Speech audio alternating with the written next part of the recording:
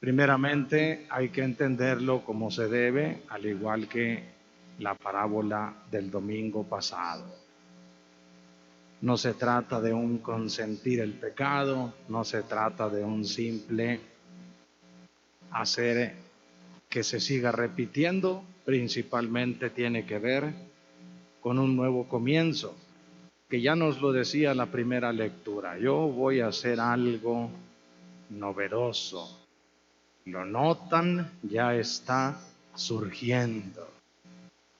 Y eso novedoso, naturalmente, es una nueva manera de pensar, una nueva manera de ser, que consiste justamente en estar en paz con Dios.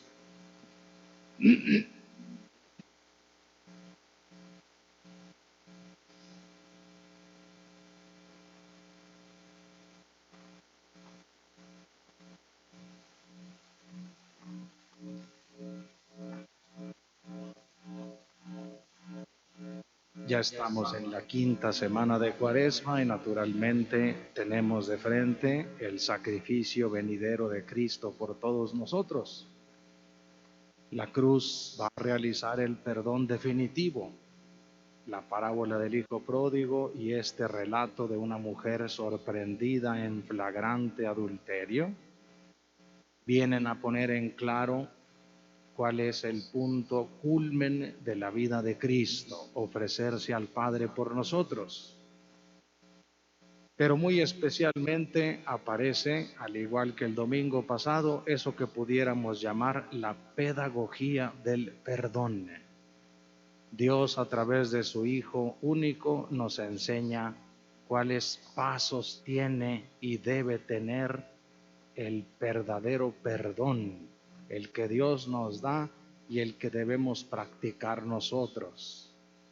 Miren con qué facilidad el ser humano sorprende y cae con el juicio y la crítica sobre los demás. Miren con qué facilidad condenamos y con qué facilidad tendemos a apedrear. El pecado de esta mujer, como dice el texto, es flagrante. No es ninguna calumnia, es realmente una acusación. Jesús, que ya está en Jerusalén, ya se acercan los días finales de su vida, ha dado lecciones por toda Galilea y por toda Judea y por toda aquella zona. Y en ese gesto de decepción, de sentarse y ponerse a escribir en el suelo, nos indica esa tristeza del maestro cuando no queremos entender el mensaje de Dios. Pero dice, le insistían a ver si lograban hacerlo caer en la trampa de contradecir la ley de Moisés y entonces condenarlo, o contradecirse porque él era el maestro del perdón y entonces quitarle todo crédito ante la gente. Dice que insistían y el Señor, sentado en el piso, les dijo, el que esté libre de pecado, que tire la primera piedra. Ahí comienza la pedagogía del perdón divino. ¿Cómo nos enseña Dios a perdonar? Primero, tener consideración, tener misericordia, tener compasión. Compasión significa padecer junto con la persona que padece. Ponernos, como decimos, en sus zapatos, recordar que somos también nosotros frágiles, recordar nuestras propias caídas. Por eso el Señor dice, el que esté libre de pecado, tire la primera piedra. Y naturalmente, como bien lo señala el texto, comenzaron a tirar las piedras y a irse, comenzando por los mayores. ¿Acaso sean los que más pronto entiendan ese sentido? Porque los años deben darnos experiencia y deben darnos madurez y deben darnos compasión hacia los demás. y solidaridad. Se fueron escabullendo con vergüenza y entonces dejan a la mujer ante Jesús. Y miren qué interesantísimo diálogo del que debemos aprender. Lo primero que hace Jesús es preguntarle: mujer, ¿dónde están los que te condenaban? En pocas palabras, Dios ya te defendió. Y ella, temerosa, responde: se han ido, Señor, ya no están. Miren cómo el Señor se comunica en sus sentimientos de corazón a corazón con el alma del pecador. En segundo lugar, el Señor le dice: yo tampoco te condeno.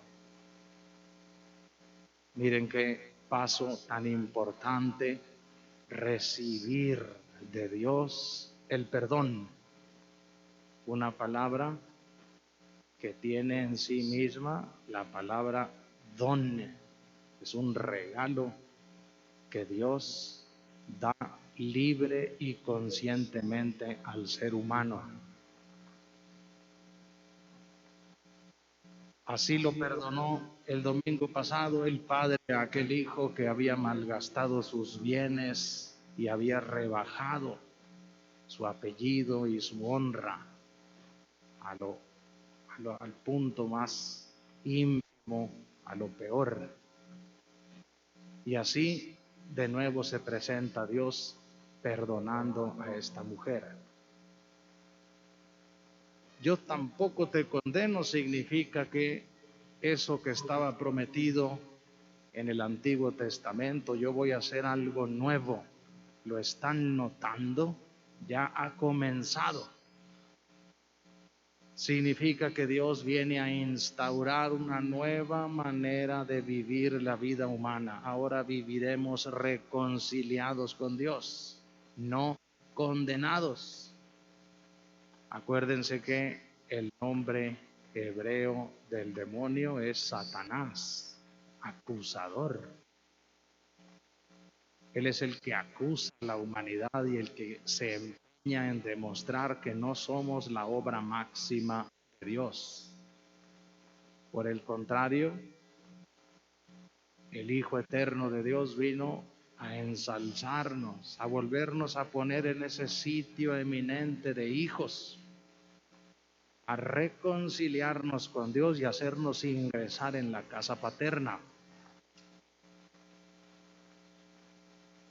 Cuando Jesús le dice a esta mujer que él tampoco la condena, automáticamente le está dando su reinserción a la vida de todos.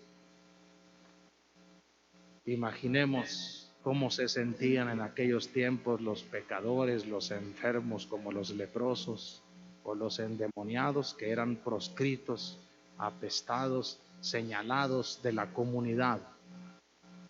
Pero si un maestro espiritual te volvía a poner en medio de todos, volvías a obtener tus derechos y garantías. Y luego viene el fruto inmediato del perdón: vete en paz. Fíjense, un tercer momento en la pedagogía que Dios nos va enseñando. Vete en paz. Ahora comienza a disfrutar una nueva vida. Vete agradecido con Dios. Vete sabiendo que se te ha dado una nueva oportunidad para recomenzar como al hijo pródigo. Goza de una vida reconciliada con el Padre Celestial a través de la persona de su Hijo. Miren cómo nos va enseñando Jesús.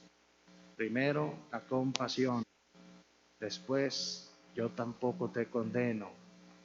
Sigue, vete en paz. Y solo hasta el final, una nota que pareciera simple recomendación, pero es por la que la mente humana quisiera empezar.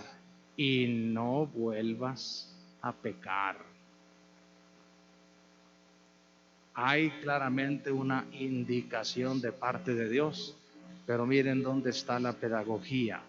Justamente está en el hecho de que primero hay que asegurar lo primero, lo importante, el amor que Dios le tiene a cada uno de nosotros, el valor que tiene cada persona, cómo contristamos al Espíritu Santo cuando el pecado nos separa de Dios y de los demás,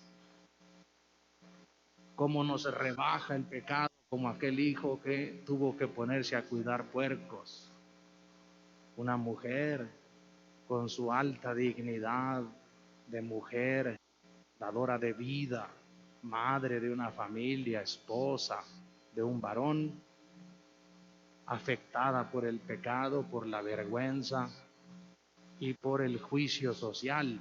Es una pecadora sorprendida en flagrante adulterio. Miren cuántas cosas hay aquí del complejo que llamamos vida humana.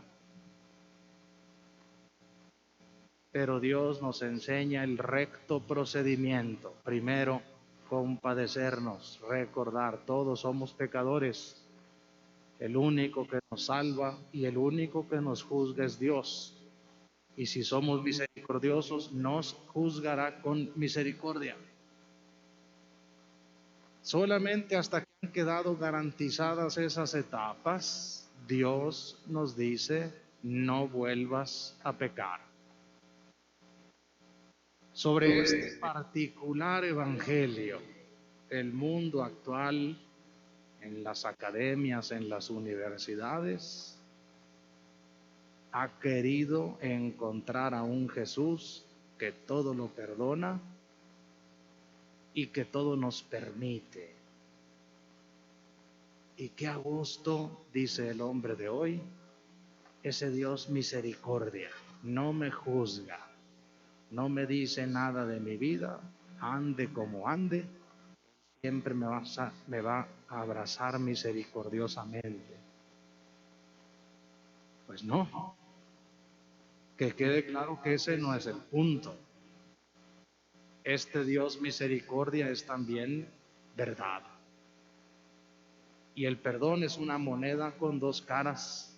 Y así como de una moneda no se puede disociar ninguna de sus caras, el perdón de Dios ciertamente es misericordia, pero también es verdad. El perdón de Dios es aceptarnos, recibirnos, perdonarnos, pero también es indicarnos. Por eso iniciaba esta reflexión diciendo, conviene entender con justeza, con verdadera precisión, tanto la parábola del domingo pasado como esta. No es el nuestro un Dios alcahuete que siempre va a estar perdonando independientemente de qué hagamos con nuestra vida. Un Dios muy moderno. El nuestro es un Dios misericordioso que se asegura de dejarnos en claro su amor por nosotros, el valor que tenemos como criatura excelsa de Dios, y ni se diga por el bautismo, hijo, hija de Dios, y lo que nos mancha y nos rebaja el pecado. Y justamente por todo eso, al final se nos dice, no vuelvas a pecar. Quiero insistir en esto porque a menudo al pecador se le dice, ya no peques más, y se malentiende el mensaje y no se le deja claro por qué, ni se le deja claro cuánto lo quiere Dios y cuánto lo espera, así como esperó a su hijo que estaba perdido y volvió a encontrarlo. Ahí está el punto justamente, pues, para un verdadero cambio. A eso se le llama pedagogía divina, la forma en la que Dios nos enseña. ¿Cómo vamos a combatir el pecado? Poniendo primero estas etapas de la compasión, del perdón de Dios, de la paz que nos da su perdón, Y finalmente el propósito, debo proponerme alejarme del pecado y la maldad.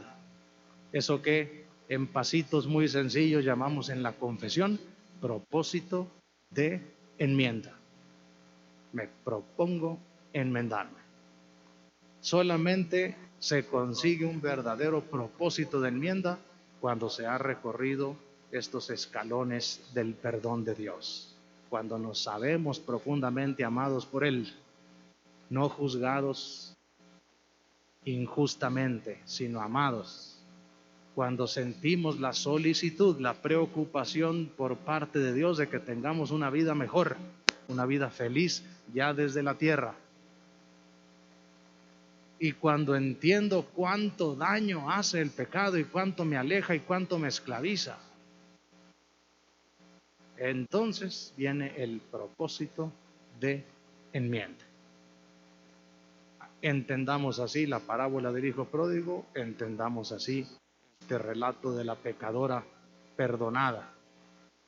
Un Dios que nos busca ciertamente, un Dios que nos espera ciertamente, tercer domingo de Cuaresma, la higuera que no producía frutos, un Dios que está dispuesto a perdonarnos, pero también nos va a decir claramente, una vez que nos ha asegurado todo eso, no vuelvas a pecar. Vamos a ponernos de pie.